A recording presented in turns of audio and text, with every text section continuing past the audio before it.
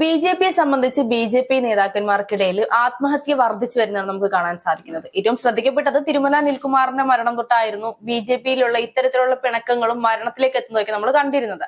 അതിന് പിന്നാലെ ഇപ്പോൾ ഏറ്റവും ഒടുവിലായി ആനന്ദിന്റെ സ്ഥാനാർത്ഥിത്വവുമായി ബന്ധപ്പെട്ടുള്ള മരണവും അതിന് പിന്നാലെ മറ്റൊരു ബി.ജെ.പി നേതാവ് സ്ഥാനാർത്ഥിത്വം ലഭിച്ചില്ല എന്ന് പറഞ്ഞുകൊണ്ട് ആത്മഹത്യക്ക് ശ്രമിച്ചതൊക്കെ നമ്മൾ കണ്ടിരുന്നു. ഇത്തരത്തിലുള്ള മരണങ്ങൾ ബി.ജെ.പിക്ക് വലിയ രീതിയിലുള്ള ഒരു നെഗറ്റീവ് ഷെയ്ഡല്ലേ കൊടുക്കുന്നത് ജനങ്ങൾക്കിടയിൽ?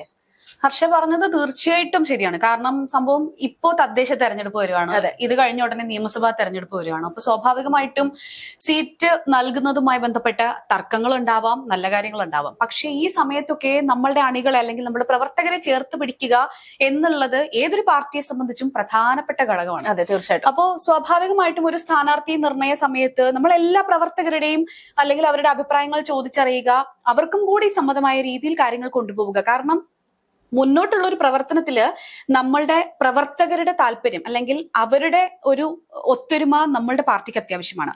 അപ്പൊ ആ ഒരു കാര്യത്തിൽ എനിക്ക് തോന്നുന്നു ബി.ജെ.പി കുറച്ച് പുറകോട്ട് പോയോ എന്നുള്ളതാണ്. കുറച്ചധികം പുറകോട്ട് പോയി എന്ന് നമുക്ക് മനസ്സിലാക്കാൻ സാധിക്കുന്നത്. കാരണം രാജീവ് ചന്ദ്രശേഖർ അധ്യക്ഷനായി വന്നതിന് പിന്നാലെ നമുക്കറിയാം ഹൈ ക്ലാസിനെ മാത്രം ചേർത്ത് നിർത്തുന്ന അല്ലെങ്കിൽ തൊഴിലാളി വർഗം അല്ലെങ്കിൽ താഴേക്കിടയിൽ പാർട്ടിക്ക് വേണ്ടി പ്രവർത്തിക്കുന്ന കുറെ ആളുകളെ കണ്ടില്ലെന്ന് നടിക്കുന്നത് നമ്മൾ കണ്ടിരുന്നു.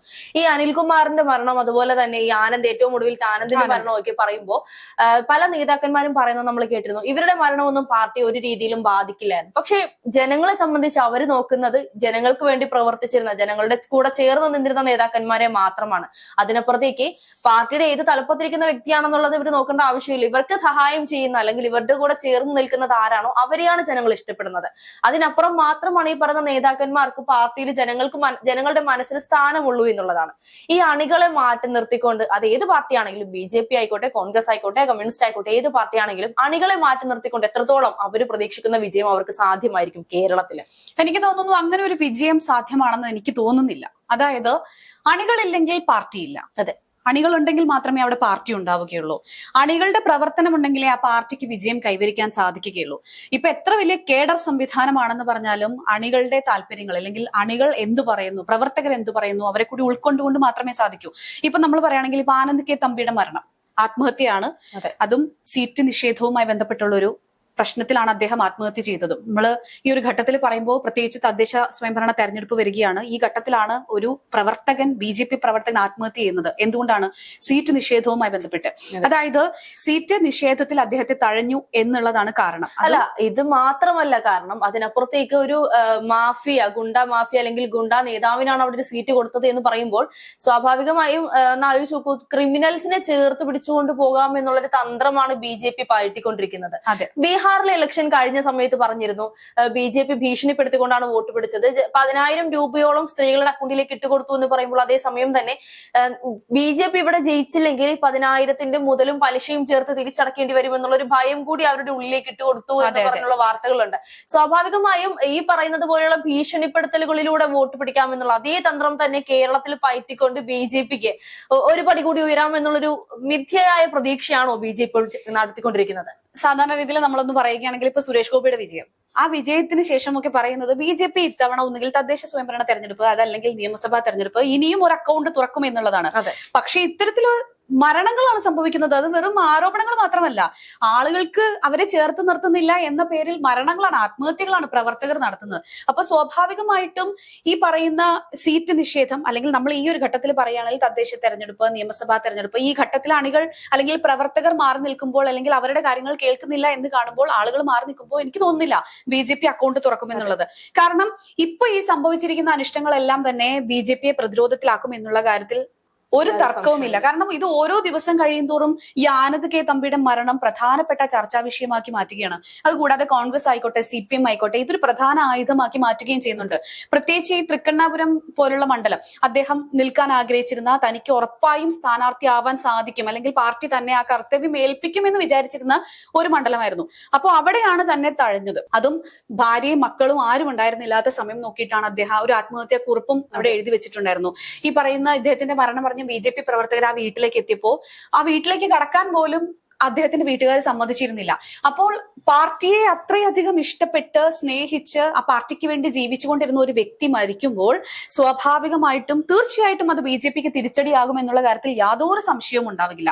നമുക്ക് നോക്കാം, ഇനി എന്തായാലും വരുന്ന തെരഞ്ഞെടുപ്പുകൾ, തദ്ദേശ സ്വയംഭരണ തെരഞ്ഞെടുപ്പിന് വേണ്ട പ്രചരണങ്ങളെല്ലാം തന്നെ 3 പാർട്ടികളും ആരംഭിച്ചിട്ടുണ്ട്. അതുപോലെ തന്നെ സ്വതന്ത്ര സ്ഥാനാർത്ഥികളും ഒക്കെ തന്നെയുമുണ്ട്. അപ്പോ എന്തായിരിക്കും BJPക്ക് ഈ ഒരു ആരോപണങ്ങൾ അല്ലെങ്കിൽ പ്രവർത്തകരുടെ മരണം, ഇതൊക്കെ എന്തായിരിക്കും അവർക്ക് കാഴ്ചവെക്കാൻ പോകുന്നത്, അല്ലെങ്കിൽ ആ ഒരു രാഷ്ട്രീയ പാർട്ടി ഈ നമ്മുടെ കേരളത്തിൽ അക്കൗണ്ട് തുറക്കുമോ എന്നുള്ളത് വരും ദിവസങ്ങളിൽ നമുക്ക് മനസ്സിലാക്കാം. ഇപ്പൊ കൊച്ചി കോർപ്പറേഷനിൽ ഒരു BJP സ്ഥാനാർത്ഥി 35 വർഷത്തോളമായിട്ട് BJPക്ക് വേണ്ടി മാത്രം പ്രവർത്തിച്ചുകൊണ്ടിരുന്ന, ജനങ്ങൾക്ക് വേണ്ടി, ക്ഷേമത്തിന് വേണ്ടി പ്രവർത്തിച്ചുകൊണ്ടിരുന്ന, എങ്ങനെ നിന്നാലും അവർ വിജയിക്കുമെന്ന് 100% ഉറപ്പുള്ള ഒരു സ്ഥാനാർത്ഥിയാണ് ശ്യാമള പ്രഭു. ആ ഒരു വ്യക്തി, അല്ലെങ്കിൽ ഈ പറയുന്ന വനിതാ നേതാവ് ഇപ്പോൾ ഏറ്റവും ഒടുവിലായിട്ട് അവർ പറയുന്ന, കഴിഞ്ഞ തവണ അവർക്ക് പകരം മറ്റൊരു വ്യക്തിയായിരുന്നു, രഘുറാം പൈ എന്ന് പറഞ്ഞിട്ടൊരു സ്ഥാനാർത്ഥിയായിരുന്നു നിന്നിരുന്നത്, വിജയിക്കുകയും ചെയ്തു. ആ ഒരു വിജയത്തിന് വലിയ പ്രധാന കാരണം എന്ന് പറയുന്നത് ശ്യാമള പ്രഭുവിനെ പോലെ വന്നൊരു വ്യക്തിയാണ്. സ്വാഭാവികമായും ശ്യാമള പ്രഭുവിനെ പോലെ പ്രവർത്തിക്കുമെന്നുള്ള പ്രതീക്ഷയായിരുന്നു ജനങ്ങൾക്കുണ്ടായിരുന്നത്. പേരെടുത്ത് പറയാൻ കാരണം എനിക്ക് അത്രത്തോളം അടുത്തറിയുന്ന കുറച്ച് ആളുകൾ ആയതുകൊണ്ടാണ്. ഈ പറയുന്ന വ്യക്തി പക്ഷേ ജനങ്ങൾക്കിടയിൽ എത്രത്തോളം ക്ഷേമ പ്രവർത്തനങ്ങൾ ചെയ്തിട്ടുണ്ട് എന്നുള്ളത് വലിയ സംശയം തന്നെയാണ്. അതിന് പിന്നാലെ BJPയോട് അവർ ആവശ്യപ്പെട്ടു, ഞാൻ പറയുന്ന ആളെ നിങ്ങൾ സ്ഥാനാർത്ഥിയാക്കി നിർത്തണമെന്ന് പറഞ്ഞുകൊണ്ട് ശ്യാമള പ്രഭു മുന്നോട്ട് വന്നിരുന്നു. അത് BJP അതിന് സാധ്യമല്ല എന്ന് പറഞ്ഞപ്പോൾ അവർ പറഞ്ഞത്, ഞാൻ ഇനി എന്നാൽ സ്വതന്ത്രയായി മത്സരിക്കും. അവർ സ്വതന്ത്രയായി മത്സരിക്കാൻ പോവുകയാണ്. തീർച്ചയായും അവർ വിജയിക്കും എന്നുള്ളത് ഉറപ്പുള്ള കാര്യമാണ്. 35 വർഷത്തോളമായി BJPയുടെ കയ്യിൽ ഭദ്രമായിരുന്ന ഒരു മണ്ഡലം ഇനി അത് കോൺഗ്രസിന് ലഭ്യമാകാൻ പോകുന്ന ഒരു കാഴ്ചയാണ് നമ്മൾ കണ്ടുകൊണ്ടിരിക്കുന്നത്. ഇത്തരത്തിലുള്ള BJPയുടെ ചെറിയ ചെറിയ അശ്രദ്ധ, അല്ലെങ്കിൽ ചെറിയ ചെറിയ ഒരു കുഴപ്പമില്ല അവരൊക്കെ എന്ത് ചെയ്യാനാ എന്ന് പറഞ്ഞുകൊണ്ട് നിസ്സാരവൽക്കരിക്കുന്ന ഒരു രീതി സ്വാഭാവികമായും വലിയ രീതിയിലൊരു തിരിച്ചടിക്കാണോ BJP കാത്തിരിക്കുന്നത്? തീർച്ചയായിട്ടും പറഞ്ഞത് അക്ഷരാർത്ഥത്തിൽ ശരിയാണ്. കാരണം BJP ഇപ്പൊ നേരത്തെ ഹർഷ സൂചിപ്പിച്ചതുപോലെ തന്നെ താഴെത്തട്ടിലുള്ള പ്രവർത്തകർ എന്ത് ചെയ്താലും തങ്ങൾക്കൊരു കുഴപ്പമില്ല, ആ ഒരു നിലപാടാണ് കാത്തു സൂക്ഷിക്കുന്നത്. പക്ഷെ ആ ഒരു നിലപാട് വരും കാലങ്ങളിൽ ഏത് രീതിയിൽ ബാധിക്കും, പാർട്ടിയെ ഏത് രീതിയിൽ ബാധിക്കും എന്നുള്ളത് വളരെയധികം ശ്രദ്ധാപൂർവം കാണേണ്ടതാണ്. ഇപ്പൊ BJPയുടെ ഒരു രീതി എന്ന് പറയുകയാണെങ്കിൽ, അതായത് ഇപ്പൊ രാജീവ് ചന്ദ്രശേഖറിന്റെ ഒരു ബൈറ്റ് കുറച്ചു നാൾ മുന്നത്തെ, ഇപ്പോ ഹർഷ പറഞ്ഞെടുത്തും തുടങ്ങുകയാണെങ്കിൽ, തിരുമല അനിൽകുമാറിന്റെ മരണവുമായി ബന്ധപ്പെട്ട് അദ്ദേഹം മാധ്യമങ്ങളോട് രോഷാകുലനായി സംസാരിക്കുന്ന ഒരു ഘട്ടം ഉണ്ടായിരുന്നു. അതായത് കൈരളിയിലെ ഒരു മാധ്യമപ്രവർത്തക, അദ്ദേഹം ആ മാധ്യമപ്രവർത്തക ചോദിച്ചത് പ്രകാരം അദ്ദേഹം ഭയങ്കരമായി കയർത്ത് സംസാരിക്കുന്നതാണ് കണ്ടത്. അല്ല, ആ ഒരു മാധ്യമപ്രവർത്തക ചോദിക്കുന്നുണ്ടായിരുന്നു, നിങ്ങൾ ഇവരെ സംരക്ഷിച്ചില്ല, അല്ലെങ്കിൽ BJPക്ക് ഇങ്ങനെ ഒരു സംരക്ഷണം ഒരുക്കാൻ സാധിച്ചില്ലെങ്കിൽ അത് BJPയുടെ കുറവാണ് എന്നുള്ള രീതിയിലായിരുന്നു ഒരു മാധ്യമപ്രവർത്തകരുടെ ഭാഗത്തു നിന്നുണ്ടായിരുന്ന ഒരു ചോദ്യം എന്ന് പറയുന്നത്. അതിന് പിന്നാലെ രാജീവ് ചന്ദ്രശേഖരന്റെ മറുപടി നമുക്ക് കേട്ട് കഴിയുമ്പോൾ നമുക്ക് മനസ്സിലാക്കാൻ സാധിക്കുന്നത്, താനാണെല്ലാം, താൻ പറയുന്നത് മാത്രമാണ് ശരി, ആര് മരിച്ചാലും തനിക്കൊരു കുഴപ്പമില്ല എന്നുള്ള രീതിയിലുള്ള ഒരു നീക്കമായിരുന്നു രാജീവ് ചന്ദ്രശേഖരന്റെ ഭാഗത്തുണ്ടായിരുന്നത്. തീർച്ചയായിട്ടും. അപ്പൊ നമ്മൾ അതിൽ നിന്ന് മനസ്സിലാക്കേണ്ട ഒരു പ്രധാന കാര്യം, താഴെത്തട്ടിലെ BJP പ്രവർത്തകർക്ക് എന്ത് പറ്റിയാലും തങ്ങൾക്കൊന്നുമില്ല. അതെ, എനിക്ക് തോന്നുന്നത് ഇത്തവണ ഇപ്പൊ ഈ സംഭവിച്ചത്, ഈ ആനന്ദ് കെ തമ്പി ആത്മഹത്യ ചെയ്തതും എനിക്ക് തോന്നുന്നു അവർക്ക് പ്രത്യേകിച്ച് മറ്റു കാര്യങ്ങളൊന്നും തന്നെ ഇല്ല. താഴെത്തട്ടിലുള്ള ആൾക്കാർ എന്ത് ചെയ്താലും തങ്ങൾക്കൊന്നുമില്ല, തങ്ങളാൾ കേഡർ, ആ ഒരു രീതിയിലേക്കാണ് ഇപ്പോഴത്തെ കാര്യങ്ങൾ പോകുന്നത്. അപ്പൊ സ്വാഭാവികമായിട്ടും തദ്ദേശ സ്വയംഭരണ തെരഞ്ഞെടുപ്പ് അടുത്തിരിക്കെ ഇത്തരം കാര്യങ്ങൾ, അതായത് പ്രചരണ ഘട്ടമാണ് ഇപ്പൊ നടന്നുകൊണ്ടിരിക്കുന്നത്. സ്വാഭാവികമായിട്ടും ഈ പ്രചരണ സമയത്ത് അല്ലെങ്കിൽ ഇലക്ഷനെ നേരിടാൻ പോകുന്ന ഈ പാർട്ടി, അത് BJP കേരളത്തിൽ അക്കൗണ്ട് തുറക്കുമോ ഇല്ലയോ എന്നുള്ളത് ഇതെല്ലാം ആളുകൾ പരിഗണിക്കുന്നുണ്ട്. സ്വാഭാവികമായിട്ട് ഇതെല്ലാം ആളുകളുടെ മനസ്സിലുണ്ടാവും. അപ്പോ BJP അക്കൗണ്ട് തുറക്കുമോ ഇല്ലയോ എന്നുള്ളത് റിസൾട്ട് വരുമ്പോ നമുക്ക് കാണാൻ സാധിക്കും.